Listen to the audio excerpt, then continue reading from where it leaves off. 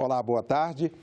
A comissão da Câmara dos Deputados, que discute mudanças no sistema eleitoral, aprovou o texto base da reforma política. Os deputados aprovaram também o chamado Distritão para as eleições de 2018 e de 2020, para deputados federais, estaduais e vereadores. Aprovaram ainda a criação do Fundo Especial de Financiamento da Democracia, que será usado para financiar campanhas eleitorais. O presidente do Senado, Eunício Oliveira, comentou as mudanças aprovadas na comissão da Câmara. Essa questão do distritão, né, é o voto majoritário. Eu, por convicção, acho que nós devemos fazer o voto distrital misto. Mas a própria Corte Suprema da Justiça Eleitoral diz que não tem condições de apresentar nesse momento ainda os distritos. Portanto, nós vamos aprovar esse distritão, ou seja, esse voto majoritário temporário, para uma transição apenas, mas já vinculado aqui no Senado, se não vier assim da Câmara, nós vamos incluir aqui no Senado, já a vinculação ao voto distrital para as próximas eleições. Essa é a condição que nós temos, ou teremos aqui, para a aprovação do distritão. Em relação ao fundo, nós queremos ver de que forma ele vai ser, ou de que forma a Câmara o constituiu para fazermos o debate. O sistema é bicameral, né? E obviamente nós sabemos do prazo, mas o Senado não deixará de participar e de contribuir nessa questão da chamada reforma política do Brasil. Uma sessão solene do Congresso Nacional foi realizada no plenário do Senado para marcar os 80 anos da UNE, União Nacional dos Estudantes. A data é celebrada no dia 11 de agosto, amanhã. Manifestações de junho de 2013. Direta Já, 1984. Impeachment de Fernando Collor, 1992. Passeata contra a ditadura militar, 1968. Em todos esses momentos, a UNE, União Nacional dos Estudantes, esteve presente. Um passado de lutas que começa em 11 de agosto de 1937, quando a entidade foi fundada. Os 80 anos da UNE foram celebrados em sessão conjunta solene do Congresso Nacional. O espírito de juventude, com o idealismo da sua forma mais pura, também é uma característica dessa entidade chamada UNE. Vitalidade e energia de inovação da UNE sempre nos impressionou. Não é à toa que ela, com o perdão pelo jogo das palavras, une os estudantes. A senadora Vanessa Graziotin enalteceu o papel da entidade que representa os estudantes. Não foi à toa que a primeira ação da ditadura militar brasileira a tomar o poder em 1964 e depor o presidente João Goulart foi metralhar, invadir e incendiar a sede da União Nacional dos Estudantes no Flamengo, na cidade do Rio de Janeiro. Para os ditadores, a coragem, a determinação dos jovens é sempre um dos principais alvos a serem combatidos. O senador José Serra era presidente da UNE quando veio o golpe militar de 64. Segundo ele, naquela época, apenas 1% estava na universidade. Por isso era mais fácil a mobilização. A realidade estudantil da época era extraordinariamente, profundamente diferente da que é hoje. Basta dizer que nós temos hoje 5, 6 milhões de estudantes universitários e que na época nós tínhamos 100 mil estudantes universitários. Para o grupo populacional apto a frequentar a universidade na época, apenas 1% era premiado com a universidade. É muito mais difícil do que era no passado, muito mais. Dada a dimensão e a heterogeneidade. Trabalhar com massas homogêneas e relativamente reduzidas e trabalhar com o contrário é muito difícil. O senador Lindbergh Farias foi presidente da UNE nas manifestações pelo impeachment de Collor. Naquela época não tinha redes sociais. Para a gente fazer uma passeata, a gente tinha que reunir os grêmios, os DCEs, tinha que ir em cada escola. A atual presidente da UNE afirmou que a entidade não quer viver apenas das glórias do passado. Nesses 80 anos, nós não queremos ser apenas uma UNE saudosa. Uma UNE que respeita e que reivindica a sua história. mas nós queremos também ser a Uni do nosso presente, ser a Uni da nossa geração, e que nós possamos, nessa geração, contribuir para o Brasil, como há 80 anos a Uni tem feito.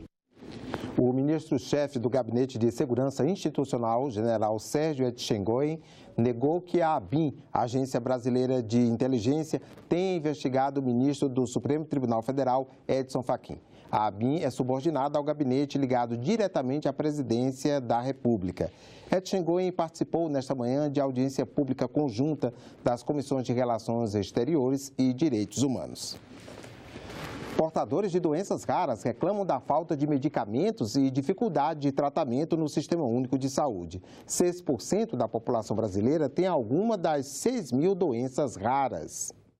Os participantes da audiência mostraram que 13 milhões de brasileiros têm doenças raras. São problemas incapacitantes, crônicos, com um componente genético e que matam 75% das crianças portadoras. Além da falta de estrutura para tratamento no SUS e o diagnóstico tardio, existem outras dificuldades. Desconhecimento dos profissionais de saúde. O paciente roda inúmeras clínicas sem fechar um diagnóstico, deficiência, portanto, na formação do médico no ensino universitário, carência dos centros de referência e, portanto, nós precisamos desses centros bem montados no país. Os especialistas dizem que as doenças são raras só no nome, porque 1/3 das internações pediátricas em prontos socorros são derivadas dessas doenças. Mas com medicamentos de alto custo, não se tornam prioridade. E aí, em muitos casos, é preciso recorrer à justiça para conseguir o tratamento. Nós temos casos de medicamentos para doenças raras, de tratamentos, por exemplo, mucopolissacaridose tipo 1. O registro na Anvisa se deu em 2005. Até hoje, um paciente com mucopolissacaridose tipo 1 precisa entrar na justiça. Não é o melhor caminho, com certeza. É o único caminho do paciente. Se cada um se colocasse no lugar do outro, muita coisa seria evitada no nosso país. Os corruptos pensariam 2 vezes antes de desviar verbas da educação e da saúde. O judiciário pensaria 2 vezes antes de emitir uma sentença dizendo não vou fornecer esse medicamento porque o valor desse medicamento é o preço de um apartamento. Estou aqui, portanto, para clamar pela vida. Não apenas a minha e dos pacientes de mucopolissacaridose da Paraíba ou do Brasil, mas também de todos os doentes raros e graves do país, que estão sofrendo com a constante ameaça à sua integridade física, em virtude de descaso do poder público. Os participantes também cobraram uma resolução dos órgãos de saúde para facilitar a pesquisa de novos medicamentos. Hoje nós temos no mundo em torno de 600 pesquisas clínicas para doenças raras e genética, enquanto no Brasil nós temos 32 pesquisas neozenatos de metabolismo.